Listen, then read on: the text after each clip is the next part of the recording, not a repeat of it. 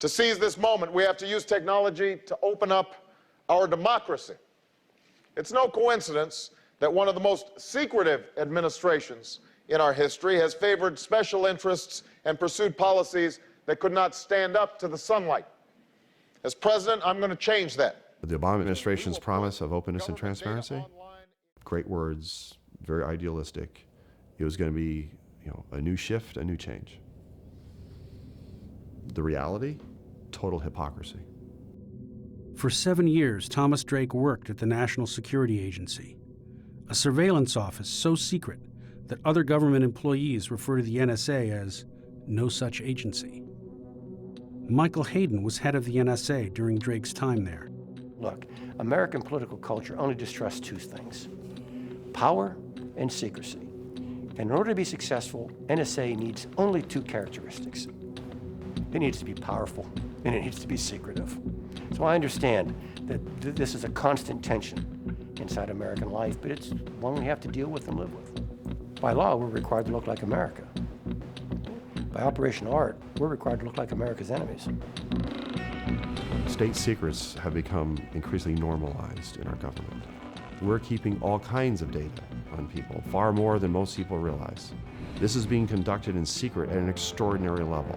Special arrangements being made between the government and other entities. When they don't have direct access to it, if they can't collect it directly, enter into special arrangements with those concerns and those providers. So you then have access to it. It's national security. You never know when you might need it. Post 9/11, the NSA adopted Trailblazer, a massive security program for monitoring digital communications worldwide. Trailblazer was a giant leap forward, trying to move the technology of the agency from where it was to where it had to be. But inside the NSA, support for the program was far from universal. Thomas Drake believed that Trailblazer was wasteful, corrupt, and most likely illegal, allowing the government to spy on its own citizens. After complaints to the NSA and to Congress, he told his story to a reporter without revealing any classified information. I never considered myself a whistleblower. I was just doing my job. I took an oath to defend the Constitution, faithfully execute the law of the land. That's fundamental to who I was. I took that oath 4 times. The oath was not to the institution, the oath was not to a person, it was not to an organization, it was to the Constitution. The government prosecuted him for taking home classified documents. But the material was harmless. It included his schedule of meetings, not exactly top secret stuff. When I saw the substance of that material, I was appalled. I was appalled that anyone within the government could, with any sort of credibility, claim that this information, if it was subject to unauthorized disclosure, would cause even a modicum of harm to our national interest. And in my 34 years of service in the federal government, I had never seen a more deliberate example of a definitive abuse of classification as in that case. Based on this shred of evidence, the government labeled Drake an enemy of the state and charged him with the Espionage Act. He faced a prison sentence of 35 years. They wanted to see me put away for many, many years. It didn't matter what the content was. It didn't matter. It didn't matter that I was an American citizen.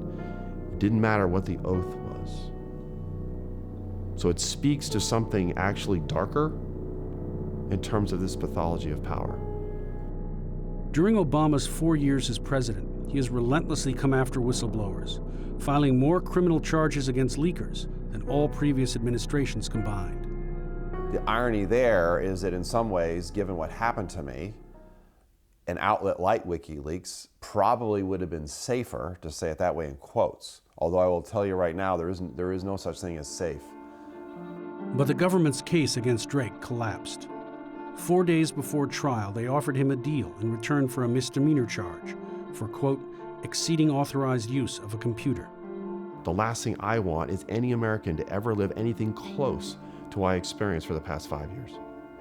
Not even close. Severe travel restrictions, inability to fly, your passport's taken away from you, your electronics is surveilled, every single record, every single provider you ever have any association with, everybody you've ever associated with, all exposed to the government. Ultimately, Trailblazer cost taxpayers billions of dollars, was deemed a failure, and abandoned.